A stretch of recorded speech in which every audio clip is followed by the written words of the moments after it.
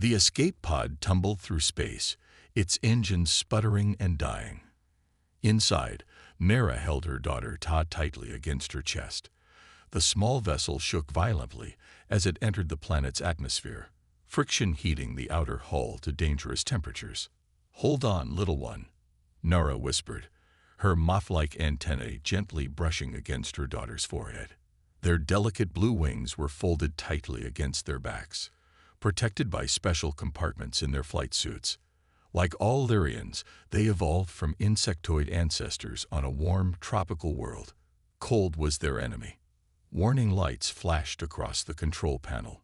The autopilot system tried desperately to control their descent, but the damage was too severe. Through the viewport, Nara watched as white landscapes rushed toward them. Snow, ice, death for their kind. Emergency landing protocols engaged. The ship's computer announced in a calm voice that contrasted sharply with their dire situation. "Brace for impact." Nara wrapped her body around Tai, using herself as a shield. The child whimpered, her small hands clutching her mother's flight suit. "Close your eyes, Ta. Remember the stories I told you about the Great Migration. Focus on that," Nara said softly. "Think of warm winds and golden pollen fields." The ship hit the ground with tremendous force. Metal screamed as it tore apart. The impact threw Nara forward despite her restraints. Pain exploded across her body. Then darkness. She awoke to cold, bone-deep, terrible cold, and the sound of her daughter crying. "Mama, wake up, please wake up." Nara forced her eyes open. The escape pod was nearly split in half. Snow drifted in through a jagged opening where the main viewport had been. Emergency lights cast an eerie red glow across the wreckage. "I'm here, Ta. I'm here." Nara moved carefully, testing her limbs. Pain shot through her left arm, but nothing seemed broken. "Are you hurt?" Ta shook her head, her large compound eyes reflecting the emergency lights. "The others won't wake up." Only then did Nara notice the other passengers.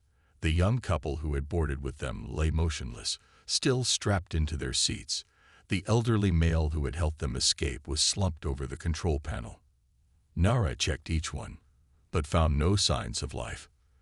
"They've joined the ancestors," she told Ta gently. "We must honor their memory by surviving." Surviving. The word hung in the air between them. Nara looked outside at the endless white landscape. Their species could not tolerate such cold for long. Already she could feel her movements slowing as her body temperature dropped. "Computer, status report," Nara called out. "Life support systems damage. Heating at 20% capacity. Power reserves at 34%. Distress signal active," the computer responded. "Location unknown. Navigation systems offline." Nara took a deep breath. Estimated time until rescue. Unable to calculate. No response to distress signal detected. That was bad news. If they were far from established trade routes, it could be days or even weeks before anyone noticed their signal, if it was reaching space at all. "Ta, help me search for supplies," Nara said, forcing confidence into her voice.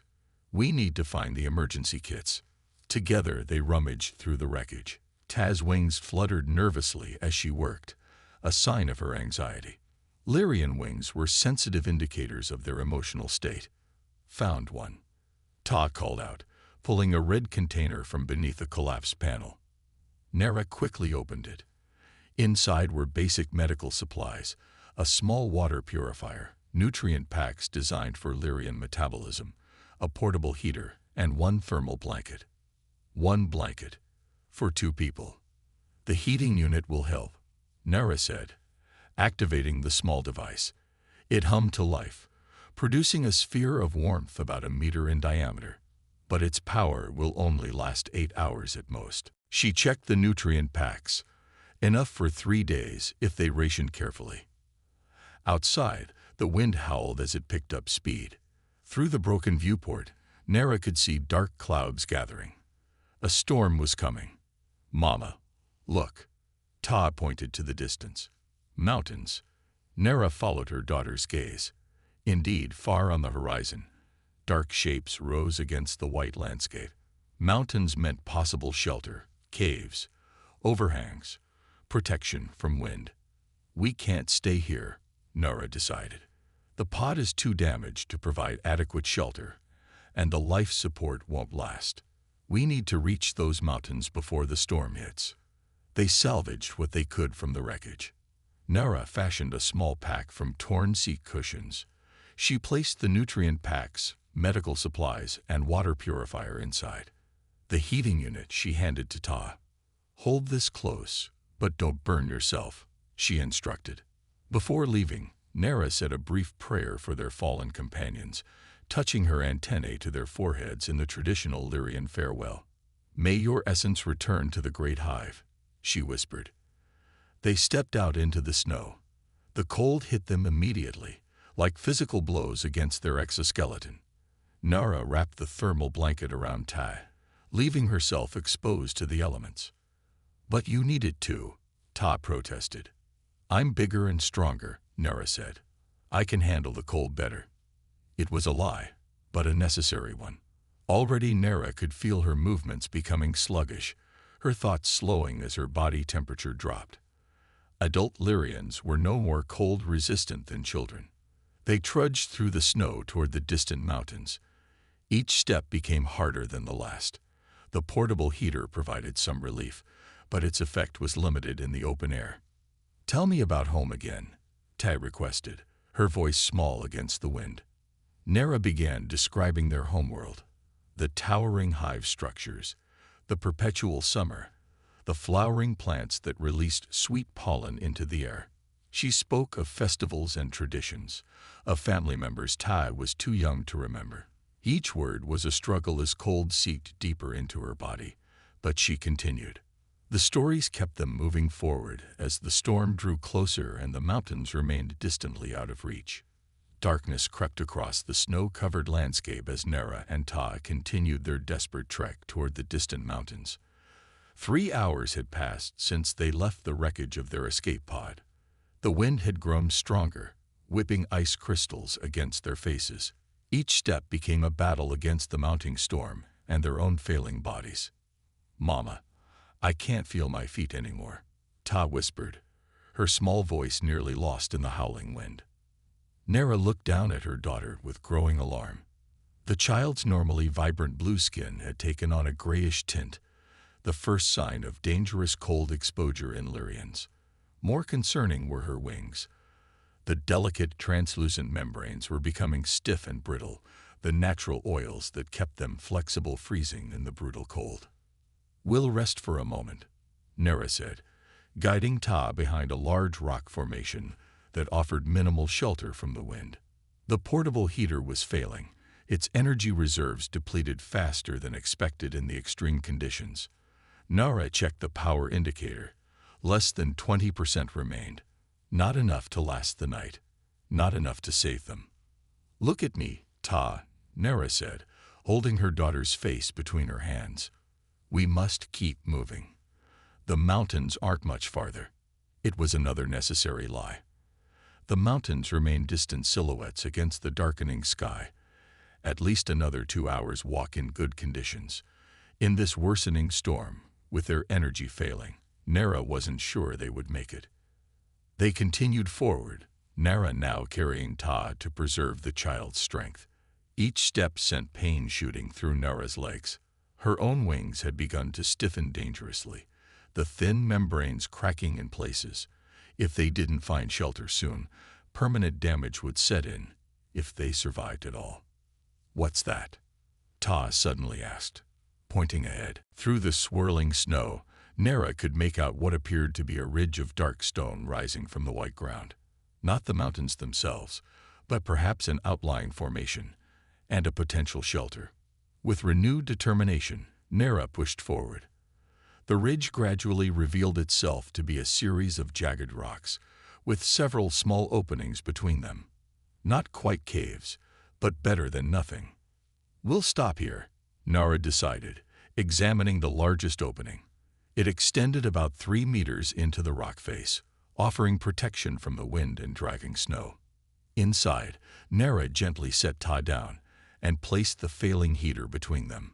Its weak glow barely illuminated their shelter. "I'm still cold, Mama," Ta said, her voice worryingly faint. Nara pulled the thermal blanket tighter around her daughter, but it wasn't enough. The temperature was dropping rapidly as night fell, and the blanket, designed for emergency use in space, wasn't meant for planetary environments this severe. "We need a fire," Nara decided, looking around desperately. There was little to burn. No vegetation grew in this frozen wasteland. The only things they had were the supplies from the escape pod, the clothes on their backs, and Nara looked down at her flight suit. The outer layer was made from a synthetic material designed to withstand the vacuum of space. It would burn, slowly but steadily. Without hesitation, Nara removed her outer jacket. "What are you doing?" Tai asked, watching as her mother tore the jacket into strips. "Making fuel," Nara replied simply. She arranged the strips in a small pile and used the heating unit's exposed element to ignite them. The material caught flame reluctantly at first, then burned with a steady blue flame. Precious warmth flowed out, more than the failing heater could provide. "That's your jacket," Ta said quietly. "And you're my daughter," Nara replied, stroking Ta's antennae gently. "The jacket can be replaced." As night deepened, the temperature plummeted further. The strips of jacket burned away, leaving only ash. The portable heater finally died with a soft click, its power entirely depleted. Ta had fallen into a fitful sleep, wrapped in the thermal blanket. But even in sleep, she shivered violently.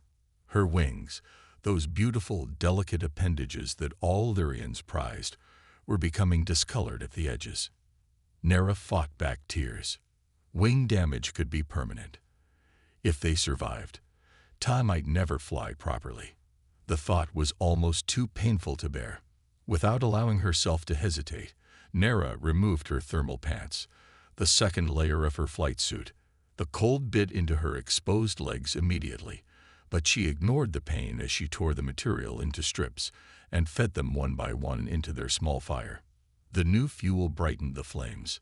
Ta's shivering lessened slightly as the temperature in their small shelter rose. Nara moved closer to her daughter, wrapping her arms around the small body, using her own rapidly cooling form as additional insulation. Hours passed. The pants were consumed by the hungry flames, leaving Nara in only her thin inner garments. The cold penetrated deeper now, sending shooting pains through her joints. Her thoughts began to grow sluggish, a dangerous sign. Outside, the storm had become a full blizzard. Snow drifted into their shelter despite the protection of the rock formation. Nara realized with growing dread that they might be buried by morning if the snowfall continued at this rate. When the fire began to die again, Nara made her choice. She removed her inner shirt, the last substantial piece of clothing protecting her upper body. The frigid air felt like knives against her exoskeleton. She added the garment to the failing flames. "I'll keep you warm, little one," she whispered to her sleeping daughter, "no matter what it takes." The night stretched endlessly. Nara burned everything she could spare, first her clothing, then the pack she had fashioned from the escape pod materials, even the straps from their emergency supplies. Each item bought them a little more time, a little more warmth, but it wouldn't be enough. By midnight, Nara sat nearly naked in the freezing cave, her body temperature dropping to dangerous levels. She had wrapped Ta in every remaining scrap of fabric, including her own undergarments. The child still slept, her breathing shallow but steady. Their small fires sputtered weakly, sustained now only by the thermal blanket itself. Nara had reluctantly cut a strip from one corner when all other fuel was exhausted. The emergency blanket burned poorly, giving off acrid smoke, but it provided some heat. "Just until morning," Nara murmured, her voice cracking from cold and thirst. "Just hold on until morning, Ta." But as the night progressed, Nara knew morning might come too late. Already she could barely move her limbs. Her antennae, Those sensitive organs that connected Lyrians to the world around them had gone completely numb, a sign that death was approaching. Still, she kept watch over her daughter, kept feeding tiny scraps of the remaining supplies into the dying fire, kept hoping against hope that somehow they would survive to see another day. Dawn approached with cruel slowness. The pale light filtering through the cave entrance revealed how dire their situation had become. Snow had drifted halfway into their shelter, forming a white barrier that trapped what little warmth remained from their dying fire. Nera hadn't slept. She couldn't risk it. Instead, she had spent the night fighting her body's growing need to shut down, to surrender to the cold that had settled deep in her bones. Her once vibrant blue skin had faded to a dull gray. The edges of her wings were cracked and broken, permanent damage that would never heal properly even if they somehow survived. But Nera didn't care about her wings anymore. All that mattered was Ta. The child still slept, bundled in every scrap of fabric Nera could spare. Throughout the night, Nera had checked repeatedly to ensure Ta was still breathing, still fighting. Each small puff of warm air from her daughter's mouth had been a victory against the relentless cold. "Mama." Ta's voice, weak but present, sent a surge of relief through Nera's exhausted body. "I'm here, little one." Nera's voice cracked, her throat dry from the cold. Tay's large compound eyes blinked slowly as she took in her mother's condition. You have no clothes."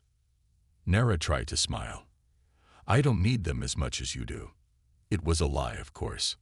Nera was dying. She could feel it in the way her thoughts kept slipping sideways, in the way her limbs refused to respond quickly, in the patches of her exoskeleton that had lost all sensation. But Tai didn't need to know that. "The storm has passed," Nera said, looking toward the cave entrance.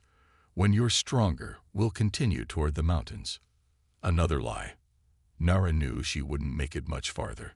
But perhaps Ta could, if she regained enough strength. Their fire had died completely during the early morning hours. The last strip of thermal blanket had burned away, leaving nothing but ash. Nera had one final garment, the thin undercloth that covered her lower body. She had saved it for this moment, knowing that once it was gone, she would have nothing left to burn. "Are you hungry?"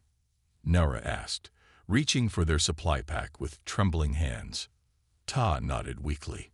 Nera broke off a small piece of nutrient pack. Their supply was dangerously low, and helped Ta eat it.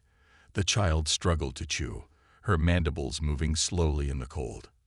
"You need to eat too," Ta said, pushing a piece toward her mother. "I already did," Nera lied, "while you were sleeping." Truth was, Nera had stopped eating the night before. Better to save the food for Ta. Better to give her daughter every possible chance at survival. After Tai finished eating, Nera made her decision. She carefully unwrapped her final undergarment and tore it into strips. "What are you doing?" Tai asked, her antennae quivering with concern. "Making a new fire," Nera explained, her fingers clumsy with cold as she arranged the fabric in a small pile. "It will warm you up.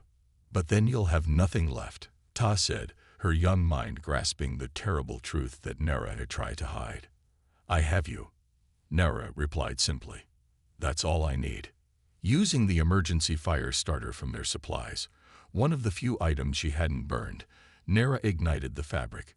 It caught quickly, the synthetic material designed to be lightweight rather than flame-resistant.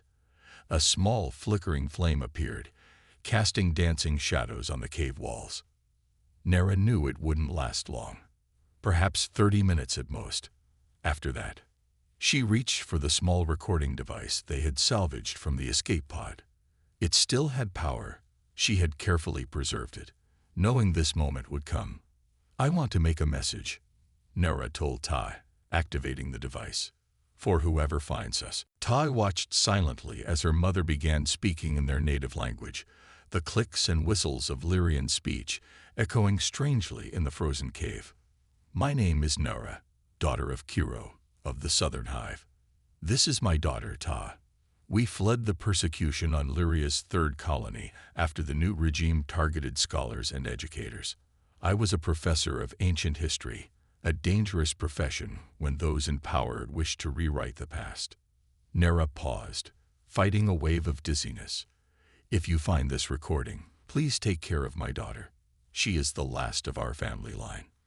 Teach her our traditions, our history. Tell her every day that her mother loved her more than life itself. Tears froze on Nera's face as she continued. Tai, if you are listening to this later, know that every choice I made was for you. Your wings may carry you to places I never reached. Your mind may solve problems I never understood. Your heart, her voice broke. Your heart will always carry a piece of mine. Nera set the recorder aside, its small light blinking to indicate it was saving the message. Ta crawled from her nest of blankets and pressed against her mother's side, her small arms wrapping around Nera's bare torso. Don't leave me, Ta whispered. I will stay as long as I can, Nera promised, knowing it wouldn't be long enough. The fire from her last garment was already dying, the synthetic material burning away too quickly. Soon, there would be nothing left but ash and darkness and cold. Nera looked down at her shivering, frightened daughter and made her final decision. She gently lifted Ta and placed her back in the nest of remaining blankets and fabric scraps. Close your eyes, she instructed softly. Remember the stories of the Great Migration, how our ancestors crossed vast distances, following the eternal summer. Ta nodded, her eyes fixed on her mother's face.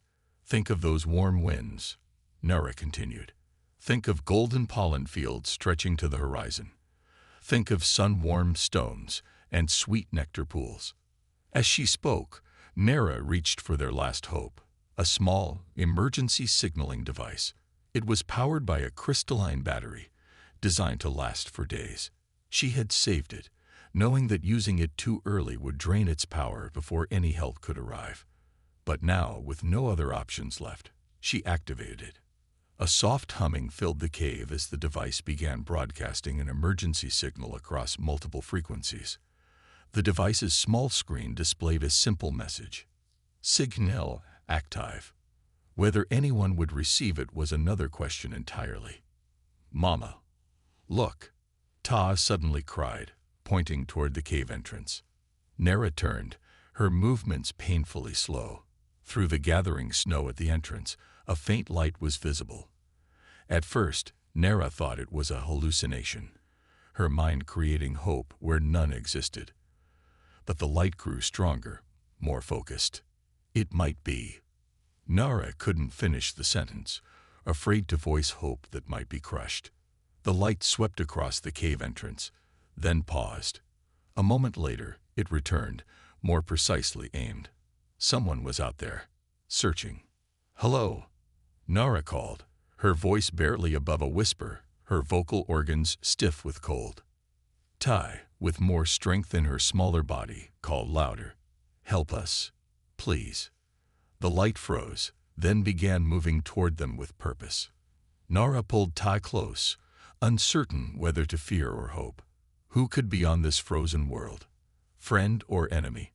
Stay behind me, Nara whispered to Tai, positioning her body between her daughter and the approaching light, even in her weakened state prepared to defend her child to her last breath.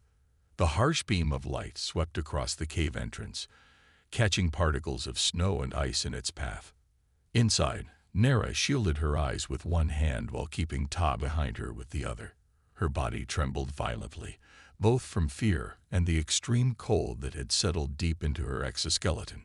Life signs detected, came a voice from beyond the light, flat and mechanical, clearly from some kind of translation device. A figure appeared at the cave entrance, bulky and unfamiliar in a thick environmental suit. The helmet obscured any features, reflecting the interior of the cave in its curved visor. Nara had never seen such a design before. Stay back, Nara warned, though her voice was so weak it barely carried across the small space. She tried to make herself larger, spreading her damaged wings despite the pain, an instinctive protective display from her species. The figure paused, then slowly raised both hands in what seemed to be a universal gesture of peace. With deliberate movements, the stranger reached up and unsealed their helmet. The face that emerged was unlike any Nera had seen before. No compound eyes, no antennae, no mandibles. Instead, a smooth face with two forward-facing eyes, a small protruding nose, and a single mouth. A human. Nera had only seen humans in educational broadcasts.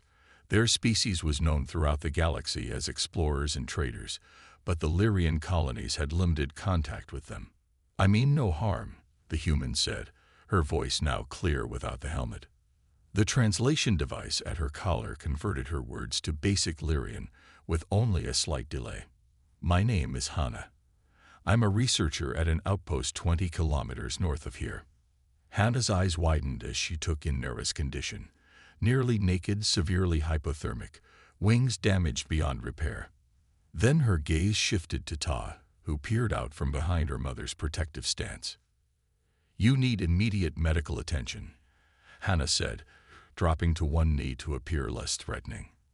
"Your body temperature is dangerously low. May I approach?" Nera hesitated. Trust did not come easily after what they had experienced on the colony. But what choice did they have? They would die without help. "Yes," Nera whispered, her strength failing as the momentary surge of protective energy faded. Hannah moved forward carefully, slipping off her backpack. "I detected your ship's crash yesterday, but the storm made search impossible until this morning. I've been tracking your emergency signal for the past hour." From her pack, Hannah produced what looked like silver blankets. She quickly unfolded one and wrapped it around Nera's shoulders. Instantly, warmth began to spread through the material. "Thermal emergency blankets," Hannah explained, wrapping a second one around Ta. "They reflect and generate heat." The sudden warmth was almost painful against Nera's frozen skin. She gasped, her body shaking more violently as sensation began returning to numbed areas. "That's normal," Hannah assured her, noticing her reaction. "Your body is responding to the temperature change. Try to breathe slowly." Hannah produced a small device next, passing it over Nera's body without touching her. "Your core temperature is critically low. We need to get you to my transport immediately." She turned her attention to Ta, scanning the child as well. "She's in better condition. You protected her well." There was unmistakable respect in Hannah's voice. "You burned your clothing to keep her warm, didn't you?" Nera nodded weakly. Something changed in Hannah's expression. A softening, a deeper understanding. Without hesitation, she began removing her outer environmental suit. "What are you doing?" Nera asked. "You need this more than I do," Hannah replied, stripping down to her thermal undersuit. She helped Nera into the environmental suit, careful of her damaged wings. "But you'll get cold," Ta said, speaking for the first time since Hannah's arrival. Hannah smiled at the child. "Humans are adapted to colder environments than Lyrians. I'll be fine in my thermal layers for the short trip back to my transport." Once Nera was secured in the suit, Hannah produced a clear container of liquid. "This is a specially formulated warming solution. It will help raise your core temperature from within." She helped Nera drink, then offered some to Ta. The effect was almost immediate. Warmth spread through Nera's body from her core outward.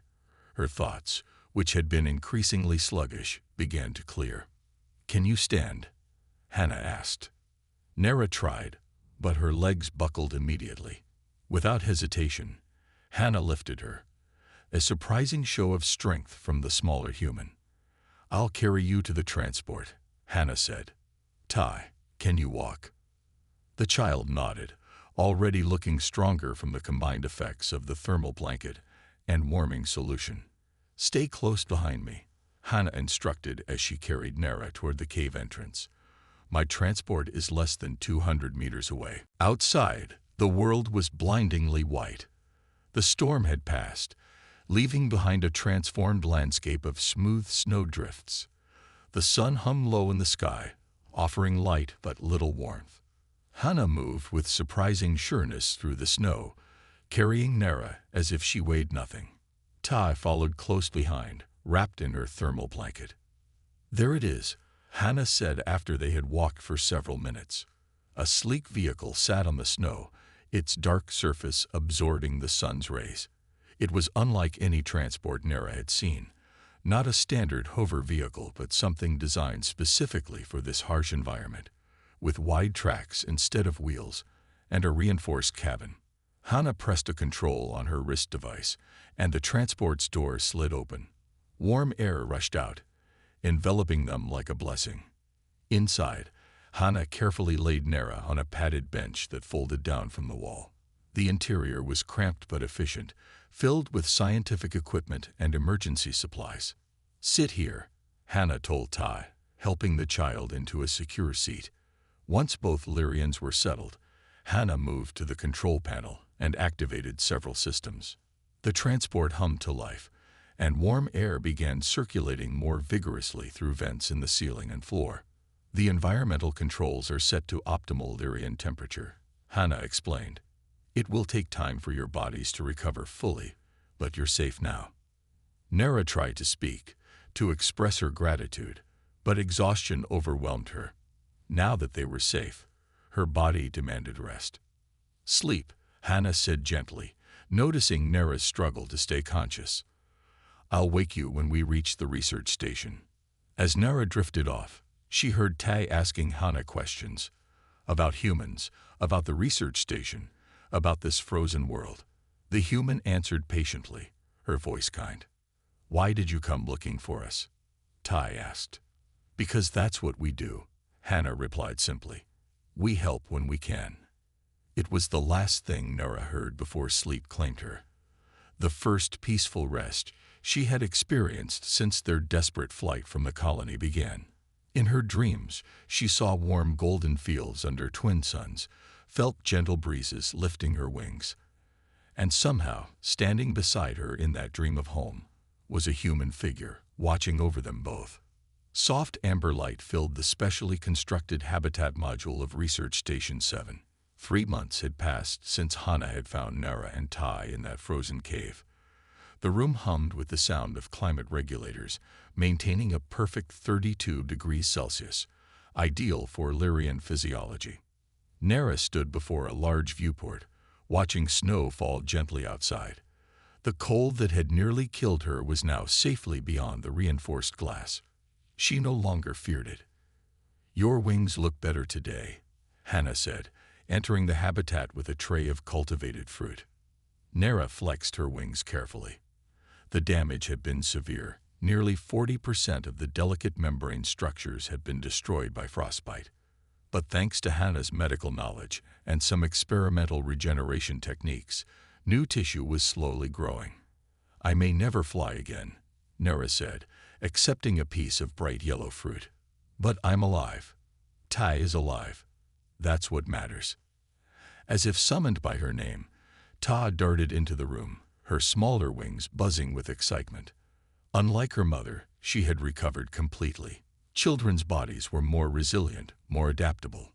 "Hannah, I finished the language program," Ta exclaimed in nearly perfect human speech. She had been studying intensely, absorbing Earth languages with remarkable speed. "Excellent work," Hannah smiled, offering Tai a piece of fruit. "Your pronunciation has improved significantly." The human researcher had transformed part of the station into a living space for the Lyrians, converting equipment storage into a tropical environment complete with artificial sunlight and humidity controls. It wasn't home, but it was comfortable. The communication array picked up a response from Earth Central, Hannah said, her tone becoming more serious. "They've reviewed your refugee application." Nera's antennae quivered nervously. This was the moment they had been waiting for. If Earth denied their request for asylum, they would have nowhere to go. The new regime on their colony world had placed a bounty on Nera's head. Returning would mean certain death. "They've approved it," Hannah continued, breaking into a wide smile. "Full refugee status for both of you. A transport ship will arrive within 2 months to take you to Earth."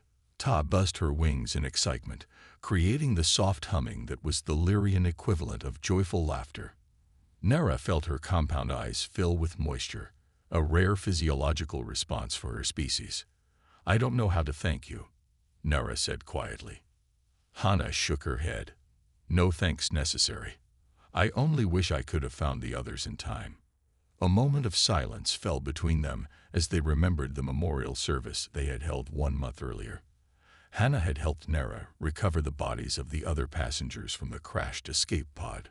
Following Lyrian tradition, they had created small crystalline markers for each one, etching their names and home hives into the surface. "I've been meaning to ask," Hana said, breaking the somber silence. "The recording we found in the cave. You mentioned you were a professor of ancient history." Nara nodded. "For 15 cycles at the University of Southern Hives. My research focused on the pre-migration era, before our species developed space travel. Earth University in New Seoul has a xenohistory department," Hana said. "They've never had a Lyrian scholar. Your perspective would be invaluable." For the first time in months, Nara felt a spark of professional excitement. "You think they would accept me as a researcher?" "I already discussed it with them," Hana admitted with a small smile. "They're very interested in offering you a position once you're settled." Tay tugged at Hana's sleeve. "What about me? Can I go to human school?" "Of course," Hana assured her. "Earth has educational programs for many different species. You'll have classmates from across the galaxy." That evening, the three of them shared a meal in the habitat module. Hana had programmed the food synthesizer to create traditional Lyrian dishes based on Nara's descriptions. The results weren't perfect, but they were close enough to remind Nara of home. "I received another transmission today," Hana said as they ate. "The Earth Central Refugee Committee has assigned you housing in the international zone of New Seoul. It's a neighborhood with many non-human species. Will we see you there?" Tai asked, her large eyes fixed on Hana. The human hesitated. "My research mission here ends in 6 months. After that," she shrugged, "I go where the science division sends me." Nara noticed the flash of sadness that crossed Hana's face. Over the past 3 months, the human had become more than a rescuer or a host. She had become a friend. The thought of never seeing her again after reaching Earth was unexpectedly painful. "Perhaps you could request an assignment to New Seoul," Nara suggested carefully. "The university there must have research opportunities." "Perhaps," Hana agreed, her expression brightening slightly. "I've been considering a change from field research to something more permanent." After dinner, while Tai was absorbed in her language studies, Nara found Hana in the station's control room, reviewing weather data. "Another storm coming?" Nara asked, looking at the swirling patterns on the display. "Nothing serious," Hana replied. "The seasonal patterns are shifting. Spring is coming, though that doesn't mean much on this world. Less cold rather than warm." Nara moved to stand beside the human. "I never asked why you were here, alone, on this frozen planet." Hana's fingers paused over the controls. "My official assignment was to study glacial formations and climate patterns." She hesitated, "but I requested this posting specifically." "Why?" "Because it's isolated. Because no one else wanted it." Hana sighed. 3 years ago, I led an expedition that ended badly. We lost people. I blamed myself." "So you punished yourself with solitude," Nara said, understanding immediately. Hana nodded. "Until your ship crashed. Until I found you in that cave, nearly frozen, with nothing left to burn but your final garment. And still fighting to keep your child alive." Her voice grew softer. "It changed something in me." "Crisis reveals truth," Nara said, quoting an old Lyrian proverb. "What truth did you find?" "That isolation isn't the answer," Hana replied. "That connection matters more than safety. That sacrifice." She gestured to Nara's damaged wings. "True sacrifice is never wasted."